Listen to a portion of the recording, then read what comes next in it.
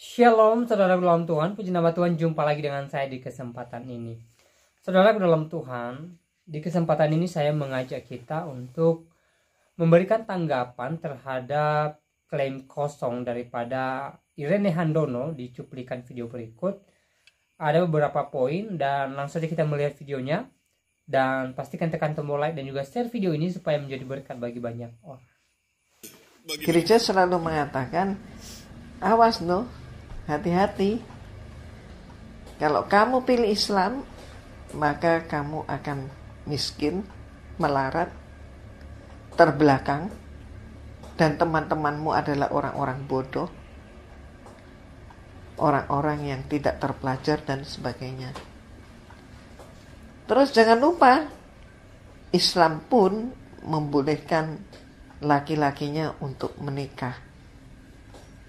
Berpoligami itu adalah kebiasaan orang Islam. Dan tambah lagi fitnah yang lain. Nabinya saja pedofilia dan seterusnya. Kejamnya luar biasa. Terus kemudian dengan demikian banyak fitnahan tadi, maka ada juga orang yang tidak mengerti tentang Islam, tapi dia takut, dia ngeri dengan Islam. Karena citra Islam yang demikian buruk yang mereka katakan. Apalagi dengan majalah Charlie Hebdo dan lain sebagainya. Jadi Kristenisasi itu sebenarnya memang merupakan suatu program. Dikemas dengan istilah yang indah. Saudara, poin ini silahkan tanggapin di kolom komentar. Dan mari kita lanjut melihat videonya. Perintah kristenisasi diberi label sebagai amanah agung. Amanah agung, jadi pesan agung, pesan suci. Siapa yang memberikan pesan suci? Tuhan. Jadi perintah Tuhan. Untuk apa? Untuk mengkristenkan seluruh dunia. Dan ini kita bisa lihat dalam tampilan sebagai berikut dari Injil Matius maupun Injil Markus. Kedua ayat ini isinya adalah perintah untuk menebar ke seluruh dunia, untuk memperkenalkan, untuk menginjili seluruh dunia, menjadikan Kristen seluruh dunia dengan cara membaptis mereka atas nama Bapa, Putra, dan Roh Kudus. Jadi, kristenisasi bagi umat Kristen adalah kewajiban. Nah, bagaimana mereka melaksanakannya? Macam-macam. Sebenarnya Allah Subhanahu wa Ta'ala juga sudah memberikan kepada kita peringatan. Kita diingatkan oleh Allah.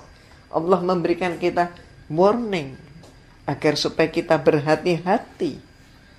Karena mereka tidak akan pernah berhenti di dalam melaksanakan misinya. Ayat itu letaknya di dalam surat Al-Baqarah ayat 120. Walan tardo ankal yahudu walan nasoro hatta tattabi'a millatahum al-ayat. Mereka Yahudi dan Nasrani tidak akan senang kepada kamu kecuali kamu ikuti milah mereka. Nah, milah ini apa? Ada 3 komponen: agama, budaya, pola pikir. Inilah yang dipakai oleh mereka untuk mengikis iman dan akidah sekaligus melaksanakan kristenisasi. Dengan cara apa? Misalnya, ketika umat Islam itu berada dalam keterpurukan ekonomi, ya seperti negara kita saat ini pun, maka seringkali mereka masuk ketika umat Islam, mohon maaf, dalam menghadapi bencana alam. Contohnya kita lihat Aceh misalnya. Kristenisasi itu masuk ke Aceh setelah Aceh mengalami tsunami. Belakangan ini kita juga lihat masuk juga ke Lombok setelah Lombok mengalami bencana alam. Juga di Palu seperti itu. Nah, mereka datang bawa makanan, bawa minuman, bawa pakaian, terus kemudian mereka juga katanya melakukan menghibur orang-orang dan anak-anak yang terkena musibah. Baik, saudara Tuhan, di videonya kita sudah simak apa yang disampaikan oleh Irene Handono di video tadi. Setidaknya ada 2 poin yang perlu kita tanggapi, dan poin pertama tadi seperti yang saya bilang itu bagian saudara. Silahkan berikan tanggapan saudara tentang apa yang disampaikan oleh Irene Handono.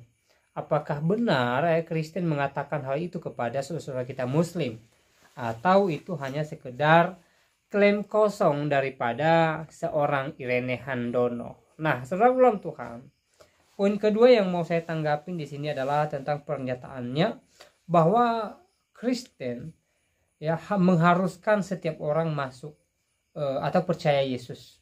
Ya, sepertinya orang Kristen memaksa orang untuk percaya Yesus. Apakah benar demikian? Apakah orang Kristen memang sekejam itu gitu loh? Jadi saudara, dia mengutip ayat di dalam Injil Matius pasal 28 ayat 18 dan seterusnya. Saya bacakan bagi kita ayat yang dia kutip tadi. Ya. Yesus mendekati mereka dan berkata, "Kepadaku telah diberikan segala kuasa di sorga dan di bumi. Karena itu pergilah, jadikanlah semua bangsa muridku dan baptislah mereka dalam nama Bapa dan Anak dan Roh Kudus. Dan ajarlah mereka melakukan segala sesuatu yang telah kuperintahkan kepadamu.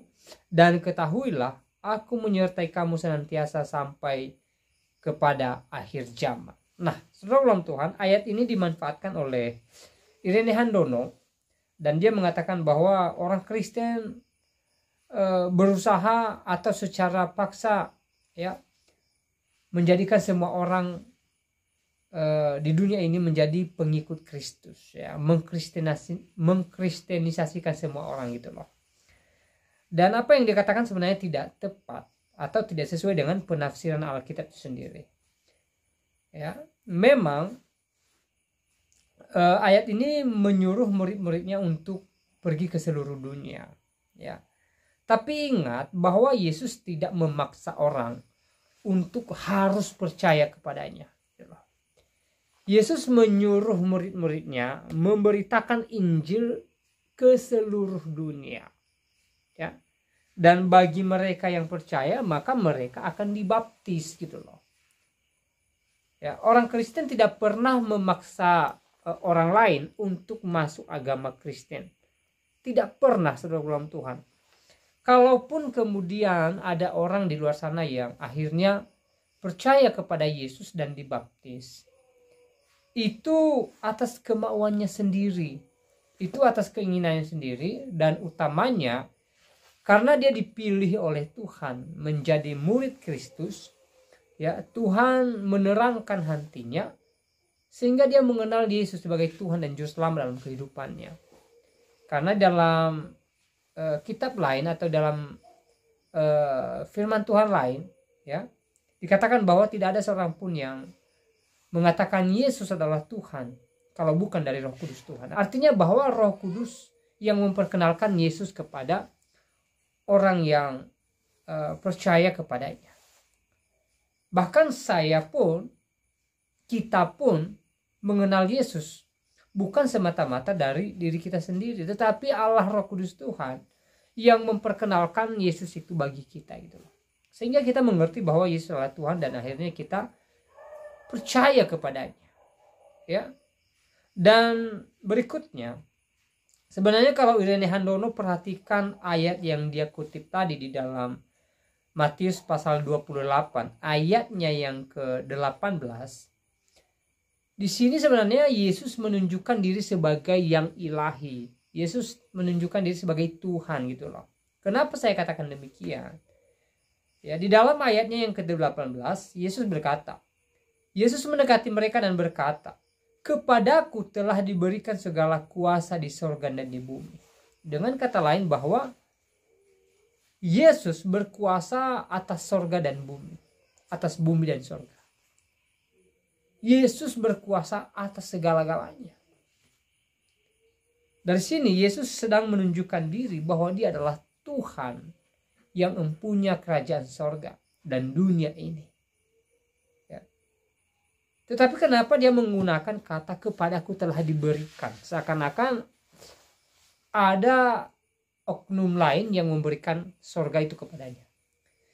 Kita ingat bahwa ketika Yesus datang ke dunia ini, dia mengambil dua natur, ya, natur keilahian dan natur kemanusiaan.